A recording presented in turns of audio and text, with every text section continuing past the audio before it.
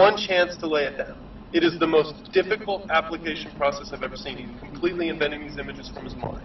He's doing nudes. He's doing real scenes, but they're not opaque.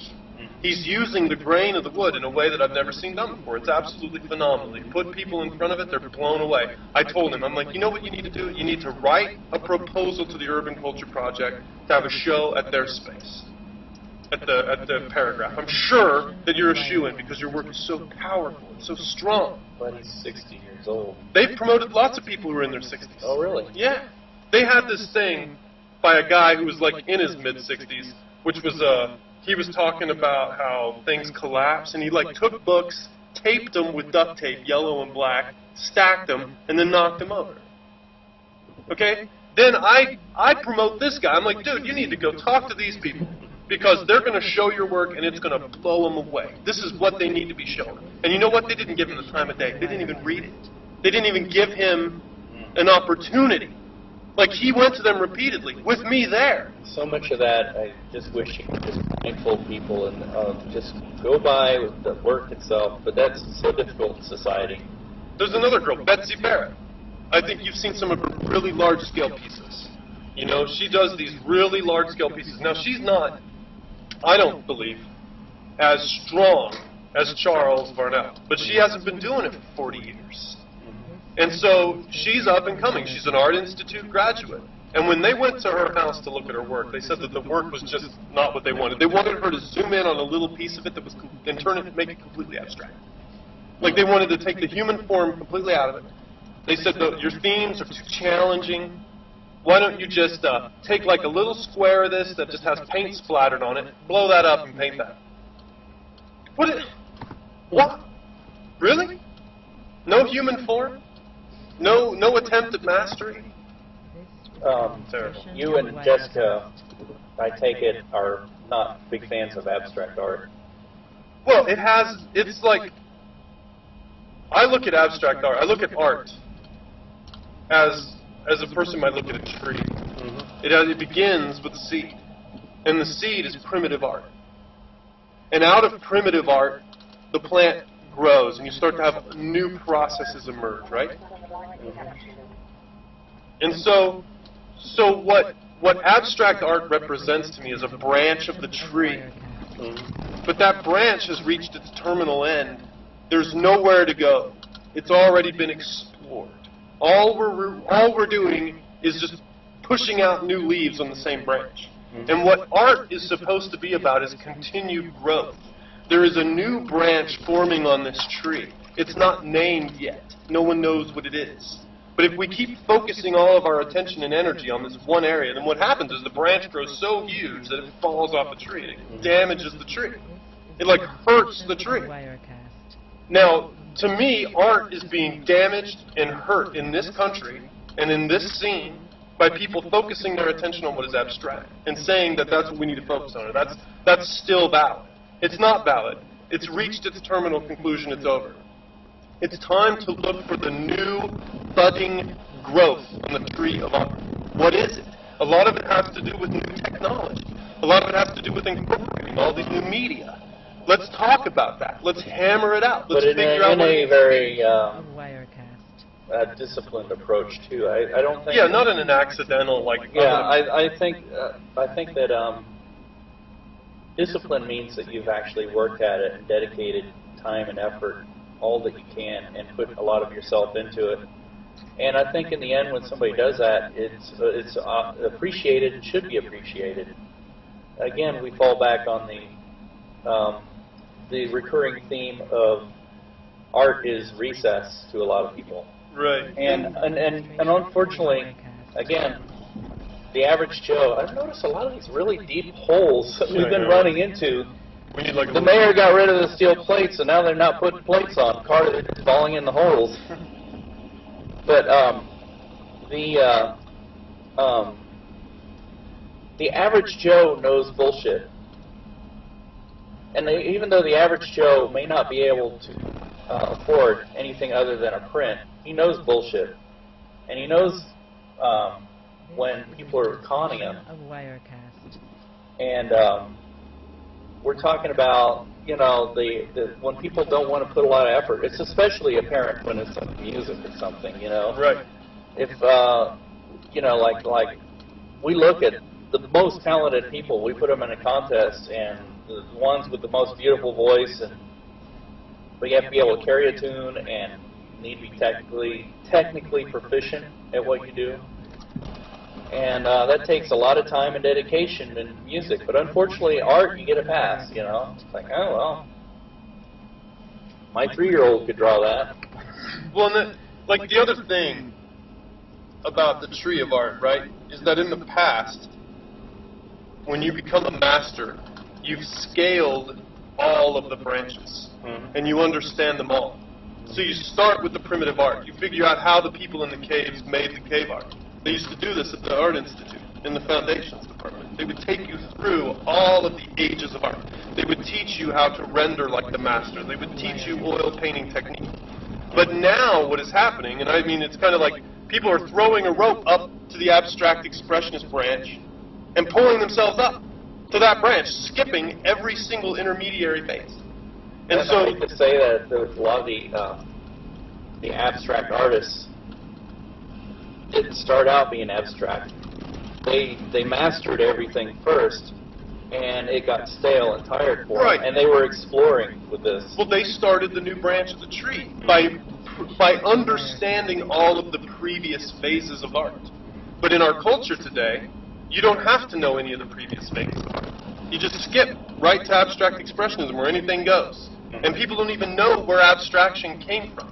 Like, abstraction came out of the scientific revolution of quantum mechanics, where, for the first time, science said there is a realm where you cannot go. Cubism was the response to the scientific awareness of all of these cubic forms, once we started to penetrate atomic physics. And that becomes philosophic, and it becomes a point of discussion, not only among physicists and scientists, but among artists who are trying to absorb it and render it for their culture. But then you go beyond that, and you start to move into the realm of quantum physics, and you get into a world where suddenly things can be in two places at once.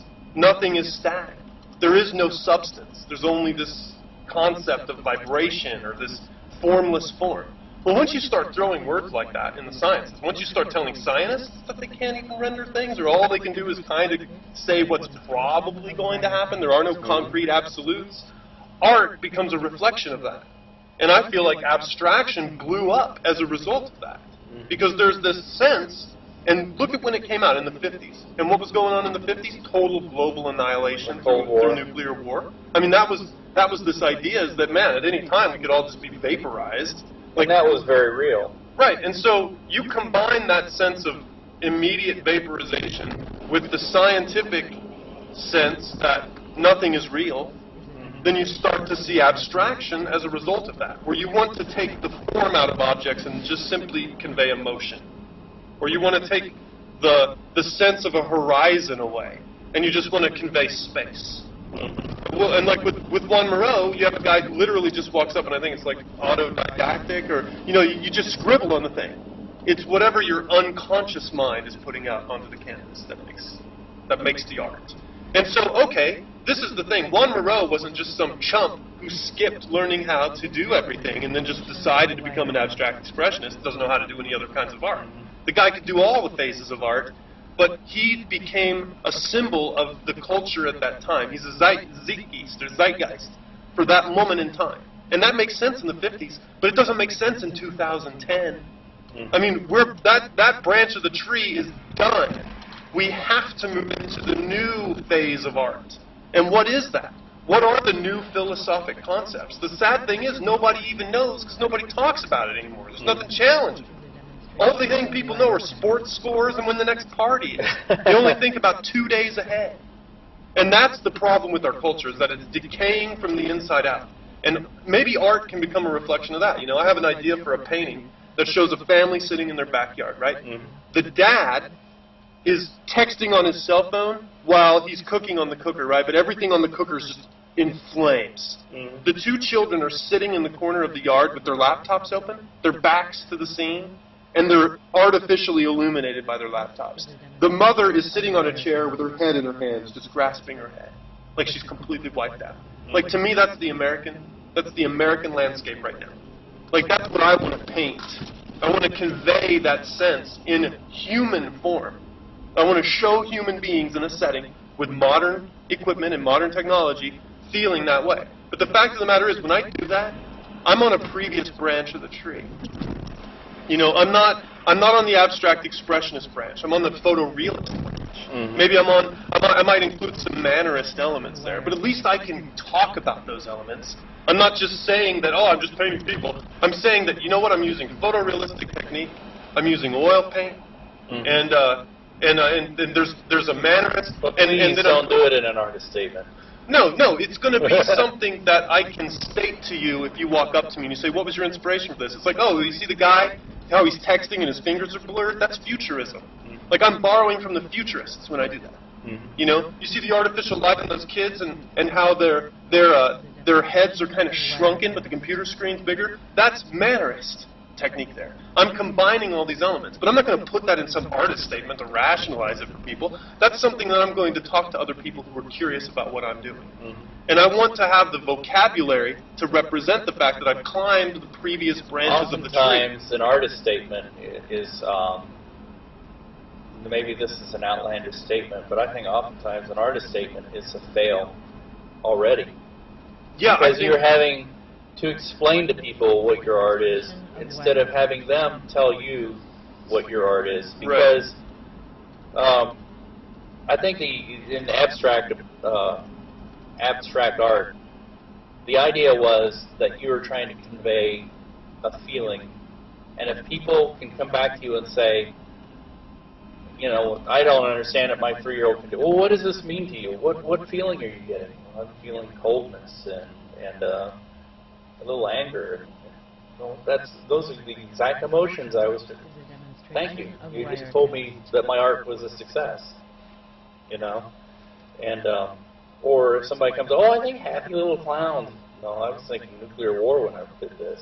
Yeah, right. I mean, yeah, you shouldn't have to preempt the audience to understand. Yeah, an artist statement. This artist uses the painterly technique, blah, blah, blah, blah, blah, and I'm like, well, and a lot of it is about, these? You know, the artist is creating the sense of isolation and loneliness by putting a black dot in the middle of the canvas, which signifies the individual lost in a sea of conformity or something. And I guess the joke there is that the average Joe and his family says, looks like a black dot to me. Well, the thing is that a lot of artist statements are really well written.